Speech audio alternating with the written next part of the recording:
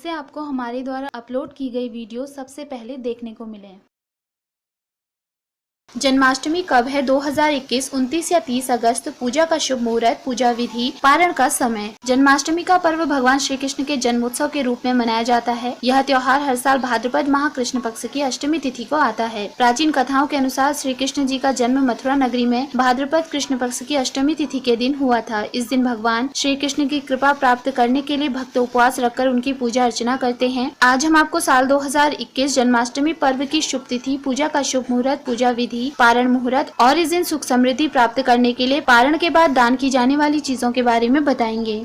जन्माष्टमी तिथि व शुभ मुहूर्त 2021। साल 2021 में कृष्ण जन्माष्टमी 30 अगस्त सोमवार को मनाई जाएगी। अष्टमी तिथि आरंभ होगी 29 अगस्त रात्रि 11:25 पर। अष्टमी तिथि समाप्त होगी 31 अगस्त प्रातःकाल 1:59 पर। रोहिणी नक्षत्र प्रारंभ होगा 30 अगस्त प्रातःकाल 6:39 पर। रोहिणी नक्षत्र समाप्त होगा 31 अगस्त प्रातःकाल 9:44 पर। निशीत काल पूजा का समय होगा 30 अगस्त रात्रि 11:59 से लेकर 12:44 तक। व्रत के पारण का समय होगा 31 अगस्त सुबह 9:44।